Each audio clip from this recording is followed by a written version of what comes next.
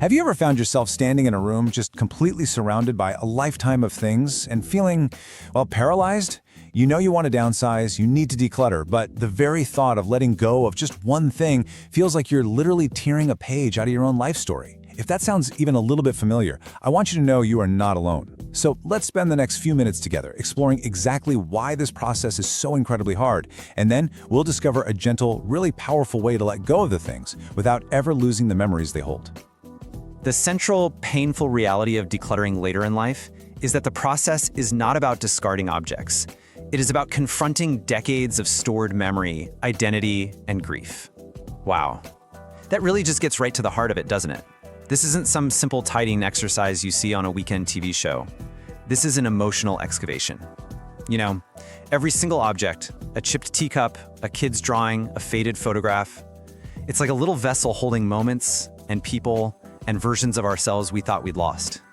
So when we talk about decluttering, what we're really talking about is navigating a whole lifetime of love and loss and identity. It's absolutely no wonder it feels so overwhelming. Okay, so here's our game plan for this. To make sense of this whole journey, we've broken it down into a really clear, manageable path. First up, we're going to acknowledge the hidden grief that's tied to our clutter. Then, we'll uncover the psychological reason it feels so downright impossible to let go. After that, we hit the most crucial part. We'll learn the powerful idea that the memory is not the object. From there, we'll dive into a gentle four-step plan you can actually use. We'll reframe this entire task as an act of love, and finally, we'll wrap up with one simple, intentional first step you can take today. Right, let's start with that unspoken truth. The items we hold on to so tightly, they aren't just stuff. Not at all.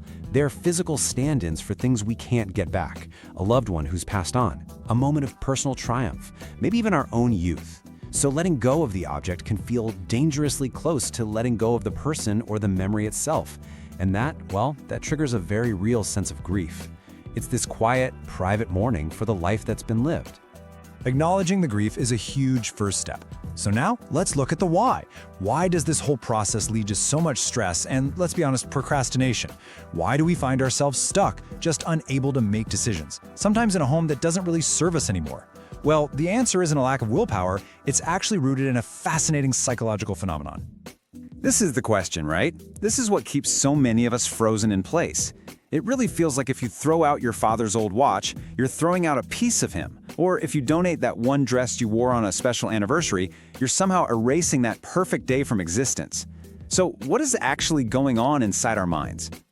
Well, psychology actually has a name for this feeling. It's called memory externalization.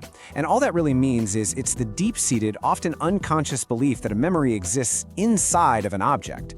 We convince ourselves that the object isn't just a reminder of a memory, we believe it's the only key that can unlock it. And so, over decades, these objects become these heavy anchors, tethering us to our own personal history and our sense of who we are. And that's exactly it. When we believe the memory is locked inside the object basically becomes a trap, and we become its keeper.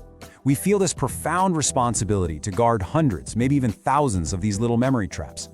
The thought of downsizing then becomes absolutely terrifying because it feels like we're being asked to destroy the very library of our lives.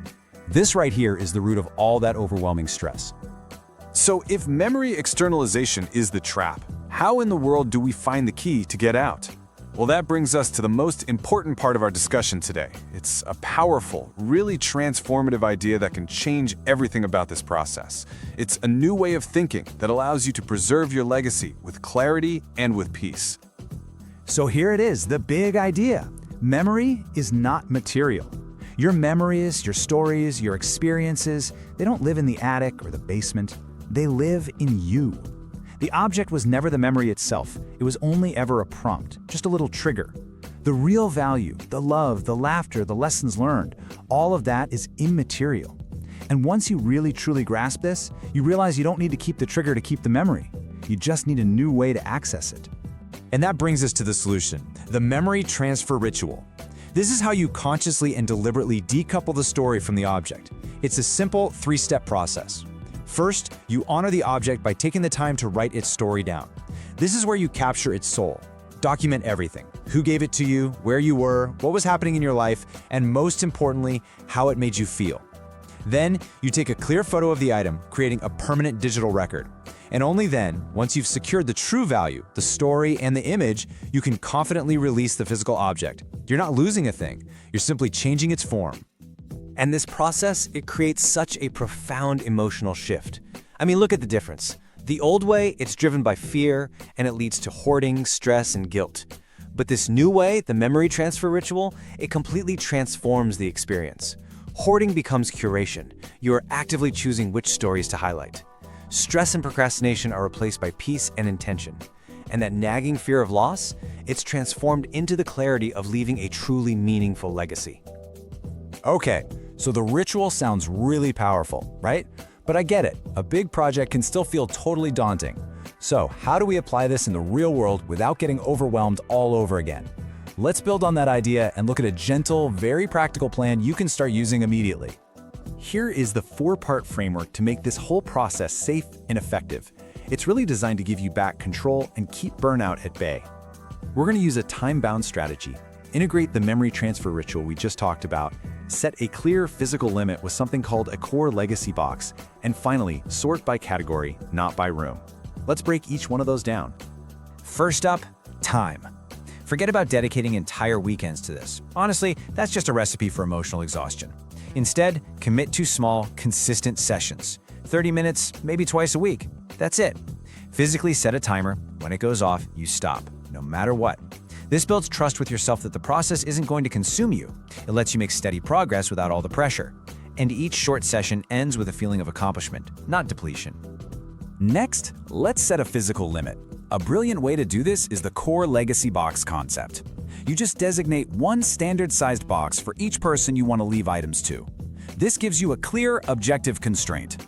The question is no longer some abstract, should I keep this? It becomes a very concrete, is this item truly worthy of taking up precious space in this one specific box?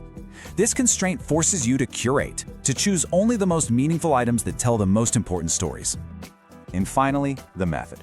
This might sound counterintuitive, but don't tackle one room at a time. It's just not efficient because your brain has to constantly switch emotional gears. Instead, sort by category. Gather all the books from every room in the house and deal with them all at once. When you see the full scope of your book collection, you can make much better decisions. Then you move on to all the photographs, then all the clothes. This approach keeps your brain focused on one type of decision at a time, which minimizes that psychological friction and makes the entire process so much easier. Now, as you begin to use this framework, you're going to notice a shift. The task that once felt like such a burden starts to feel different. It starts to feel like an act of wisdom, of real purpose. And this is the final and, maybe the most important reframing of this entire process. And this is exactly why it's an act of love. It's a gift to yourself, first and foremost. You are taking control of your own narrative, making sure your life story is coherent and beautifully preserved. This process brings an immense sense of peace, but it's also a profound gift to your loved ones. You are sparing them the chaotic and often painful task of sorting through a lifetime of undefined objects. Instead, you're giving them the gift of clarity, a curated collection of stories, your true legacy. Okay, we have covered a lot, the psychology of why this is so hard, and a gentle framework for how to make it easier. Now, let's bring it all together into one single powerful action you can take the moment we're done here. If you remember just one single thing from our time together, let it be this. The solution is to deliberately transfer the memory from the object to a secure, immaterial container, like a story written in a notebook or a photo saved on a computer. That is the essence of this whole process. So here is the question I have for you right now. Not, are you ready to clean out the whole house? Nope, that's way too big. The question is simpler. It's gentler. Are you ready to begin with just one single item? So here's your challenge. Today, I want you to find one sentimental item that you haven't used or even looked at in years. Just one. Take out a piece of paper or open a document on your computer and just write down its story. Perform the memory transfer ritual. That's it. Taking this one small step proves to yourself that it's possible, and it starts you on this incredible journey toward emotional renewal and peace. So as we close, let's just remember the central truth here. The difficulty of this process has never been about logistics. It's not about the size of the boxes or the number of rooms. It's profoundly emotional. It's all about that feeling that you are protecting your own history, your very identity, which is, without a doubt, your most precious possession. And the most helpful insight we've uncovered is that you can protect that story more effectively than ever before, simply by understanding that it doesn't live in the stuff. The power is in your hands to perform that simple, elegant ritual. Secure the memory, and then you can release the object.